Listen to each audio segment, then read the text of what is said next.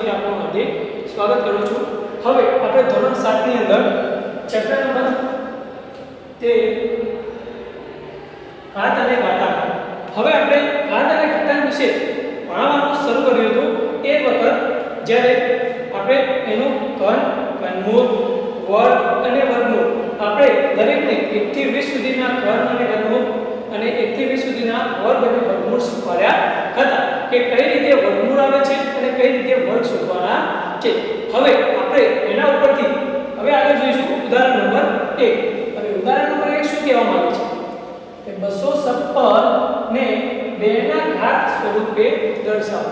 હવે 256 છે એને 2 નો ઘાત, જેમ કે ધારો કે હું એક ઉદાહરણ લઉં છું, ધ્યાન રાખજો કે આપણે 8 હોય એના 2 ના ઘાતના સ્વરૂપમાં લખવું હોય તો 2 નો ઘન લખાશે।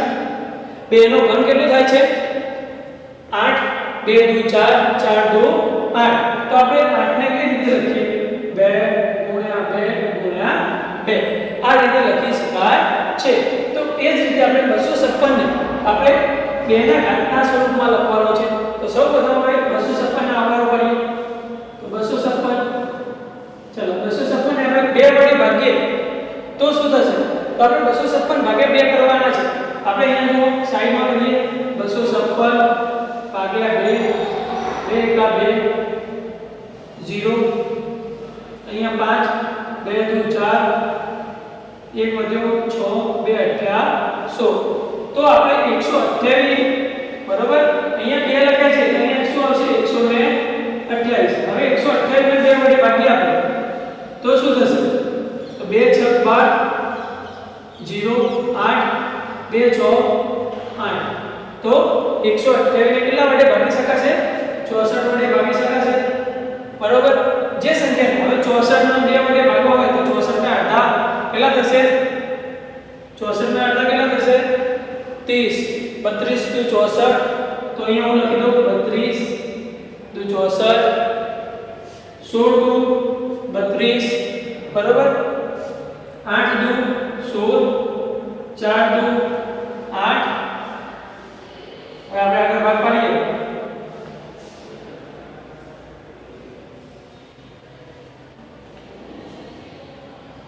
2 દુ 4 અને 2 એકા। તમારે ક્યાં સુધી ભાગ પાડવાના છે? જ્યાં સુધી તમારી સંખ્યા 1 ના આવે ત્યાં સુધી તમારે ભાગ પાડવાના છે। હવે 256 ના કેટલા ભાગ પડ્યા જોઈએ? 256 બરાબર 1 2 3 4 5 6 7 અને 8।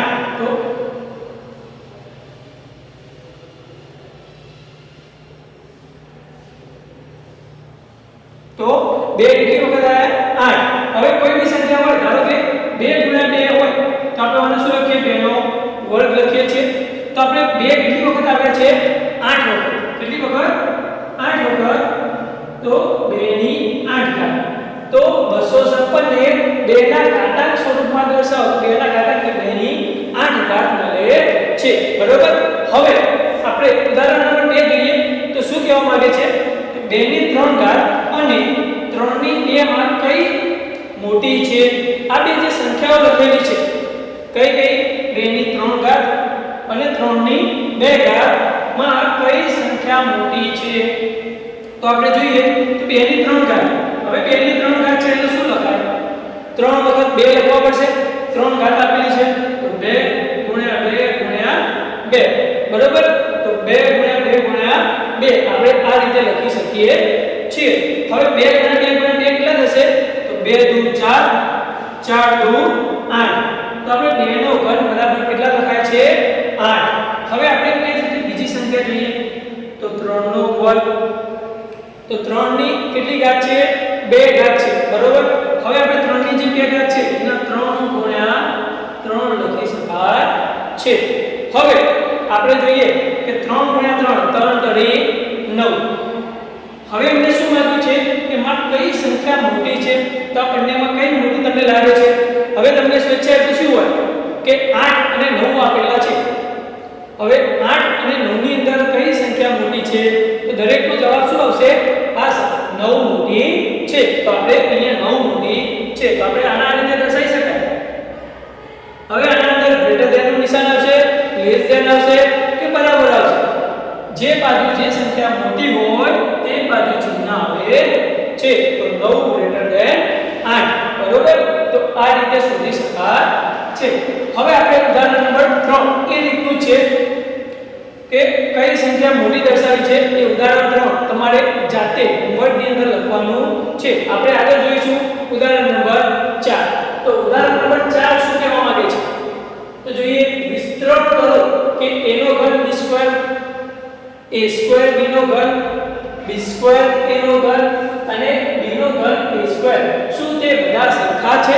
હવે બધા જે છે એ સરખા છે. હવે સૌપ્રથમ આ પહેલા સંખ્યા આપણે લઈએ છીએ ત્યારે આપણે એનો સૂત્ર પાડીએ a નો ઘન * b નો વર્ગ આ રીતે લખી શકાય છે. હવે a ની કેટલી ઘાત છે? 3 ઘાત છે. આપણે a ને કેટલી વખત લખાય? 3 વખત લખાશે અને b ને કેટલી વખત લખાશે? 2 વખત લખાશે. બરોબર. હવે a નો વર્ગ b નો ઘન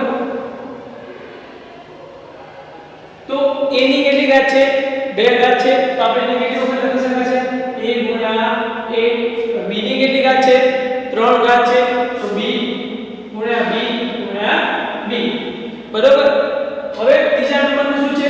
b નો વર્ગ ગુણ્યા a નો વર્ગ. તો b નો વર્ગ એટલે b કેટલી વખત આવશે? 2 વખત આવશે.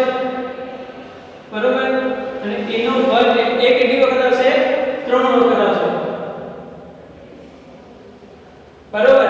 હવે જોઈએ આપણે છેલ્લી સંખ્યા b નો વર્ગ ગુણ્યા a નો વર્ગ. બરોબર. હવે b નો વર્ગ એટલે b કેટલી વખત આવશે? 3 વખત આવશે. a 2 વખત આવશે. બરોબર. હવે આની અંદર જો બધી સંખ્યાઓ શું કીધું છે? વિસ્તરણ કરવાનું છે. વિસ્તરણ કર્યા પછી શું તે બધી સંખ્યા સરખી છે? એટલે જે કિંમતો આપેલી છે આપણે એ બધી સરખી છે. જુઓ અહીંયા 3 ઘાત છે, અહીંયા 2 ઘાત છે. બરોબર. એટલે બધી સંખ્યાઓ શું થઈ જાય છે? જુદી જુદી. તો આપેલ તમામ સંખ્યાઓ એટલે અહીંયા આપણે લખીએ કે a નો ઘન b² a² b નો ઘન b² a નો ઘન અને b નો ઘન a² એ જુદી જુદી સંખ્યા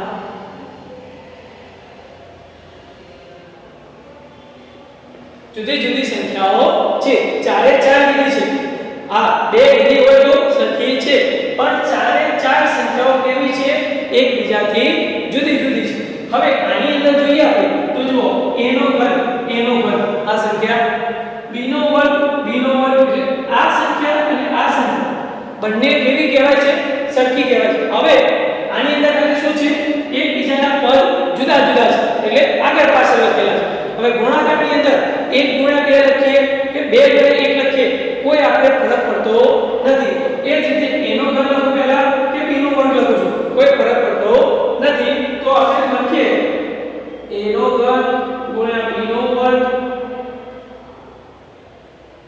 અને b નો વર્ગ a નો ઘન એ સંખ્યાઓ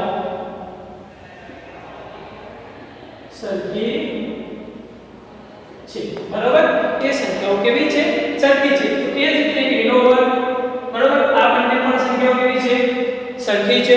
તો એ રીતે આપણે લખી શકીએ છીએ. તો આપણે પૂછ્યું હોય કે બધી સંખ્યાઓ સરખી છે તો ના, બધી સંખ્યાઓ સરખી નથી, પણ તે બે બેની જોડીમાં સરખી બને છે. બરાબર. હવે આપણે ઉદાહરણ નંબર 5 જોઈએ. ઉદાહરણ નંબર 5 શું કહે છે કે નીચેની સંખ્યાઓના અવિભાજ્ય અવયવો પાડીને તેના ગુણાકાર સ્વરૂપને ઘાત દર્શાવો. એટલે ઘાતમાં દર્શાવવાની છે. જેમ કે આપણે આ અવયવો પાડ્યા છે 256 ના. એ જ રીતે તમારે આ બધી સંખ્યાઓના અવયવો પાડીને આ રીતે ઘાત સ્વરૂપમાં ફેરવવાનું છે. હવે સૌપ્રથમ હું તમને આ દાખલા શીખવાડવા પહેલા કહી દઉં છું કે આ જે દાખલાઓ તમે ગણો છો એ દાખલાઓનો અવયવ જ્યારે પાડો છો ત્યારે 2 થી શરૂ કરવાનો છે. હવે તમારે જો ધારો કે 2 થી તમારો ભાગ ચાલતો નથી તો તમારે એને 3 વડે ભાગવાનો છે. જો 3 વડે પણ ભાગ ના ચાલતો હોય તો 4 વડે ચલાવવાનો છે. 4 નો પણ ના ચાલે તો 5. પણ કોઈ સંખ્યા ડાયરેક્ટ 5 5 થી ભાગ ચાલતો હોય અને 2 થી પણ ચાલતો હોય તો તમારે સીધો 5 થી ભાગ ચલાવવાનો નથી. તો સૌપ્રથમ નાનામાં નાની સંખ્યાથી ભાગ ચલાવો એના પછી એક એક સ્ટેપ ઉપર જાઓ. એ રીતે તમારે ભાગ કરવાના છે. હવે સૌપ્રથમ હું પહેલી સંખ્યાનો ભાગ પાડું કે 72. કેટલા છે? 72. તો આપણે 72 ના ભાગ પાડીએ અહીંયા. 72 ને 2 વડે ભાગી શકાશે? 72 ને 2 વડે ભાગી શકાશે? તો 2 તરી 6 2 6 12 તો 36 દુ 72. તો અહીંયા આપણે શું આવશે? 36 2 બરોબર. હવે 18 દુ 36 બરોબર. 9 દુ 18.